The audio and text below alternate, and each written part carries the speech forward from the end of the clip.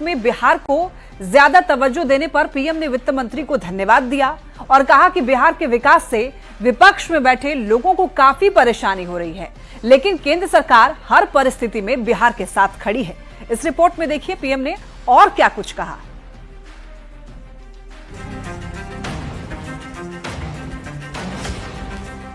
वित्त मंत्री निर्मला सीतारामन ने शनिवार को मोदी सरकार 3.0 का पहला आम बजट पेश किया। इस बार के बजट में बिहार के लिए कई ऐसे बड़े ऐलान किए गए जिससे पूरा बिहार गदगद है। रविवार को प्रधानमंत्री नरेंद्र मोदी दिल्ली के आरके पुरम में चुनावी सभा को संबोधित किए।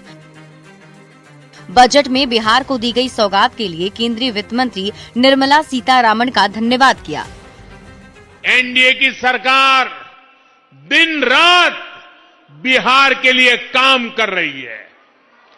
मखाना बोर्ड की घोषणा करके बिहार के मखाना के हमने सम्मान दिया है। आरके पुरम के सेक्टर 12 स्थित सेंट्रल पार्क में विकसित दिल्ली संकल्प रैली को संबोधित करते हुए पीएम ने कहा कि पूर्वांचल के लोगों ने ही मुझे सांसद बनाया है। बजट में बिहार के विकास का विशेष ध्यान रखा गया। मखाना बोर्ड की घोषणा से बिहार को सम्मान मिला। ज्यादातर दलित परिवार के लोग मखाना की खेती से जुड़े हैं। दलित भाई बहनों का कल्याण करने पर मेरा मजाक उड़ाया जा रहा है।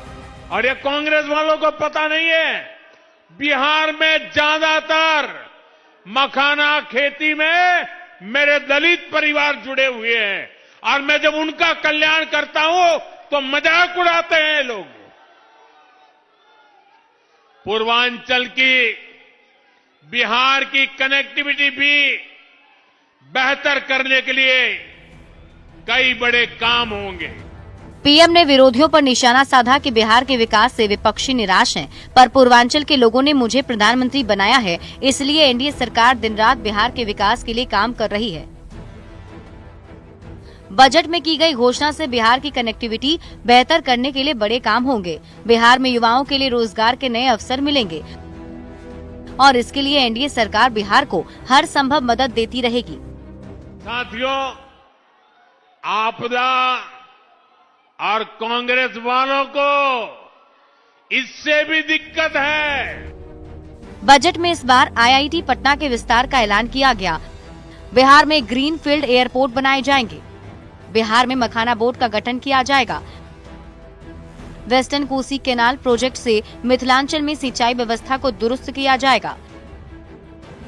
कोसी कैनाल से 50,000 हेक्टेयर की सिंचाई होगी। पीएम मोदी ने वादा किया कि बिहार के विकास के लिए केंद्र सरकार कदम से कदम मिलाकर राज्य सरकार के साथ हमेशा चलेगी। Bureau report, news 18।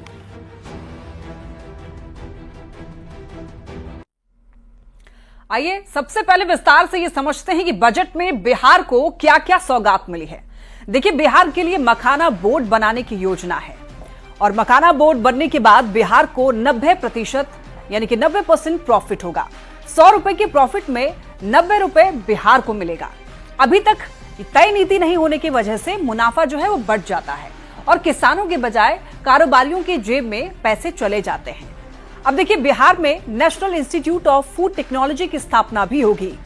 Bihar, Bengal, Jharkhand और ओडिशा में बिजनेस एक्टिविटी इससे बढ़ेगी।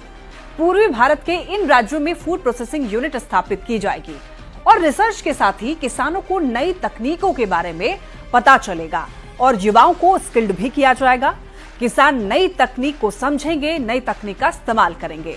और बिहार में एकमात्र आईआईटी संस्थान राजधानी पटना में है और बिहार में युवाओं की आबादी लगभग 50% है, तो छात्रों की सुविधा के लिए आईआईटी पटना का विस्तार किया जाएगा। आईआईटी पटना में अभी 2883 सीट है। ये सीटें बढ़ जाएगी, इसे बढ़ा करके 5000 कर दिया जाएगा। और देखिए, सीट बढ़ने से ज्यादा छात्रों का एडमिशन होगा। और इसके बाद देखिए, बिहार में 3 ग्रीनफील्ड एयरपोर्ट बनाने की भी योजना है। ग्रीनफील्ड एयरपोर्ट में शुरू से ही अंत तक का काम होता है और ब्राउनफील्ड एयरपोर्ट में सिर्फ हवाई अड्डे का विस्तार होगा। पटना और बिहटा एयरपोर्ट का विस्तार किया जाएगा।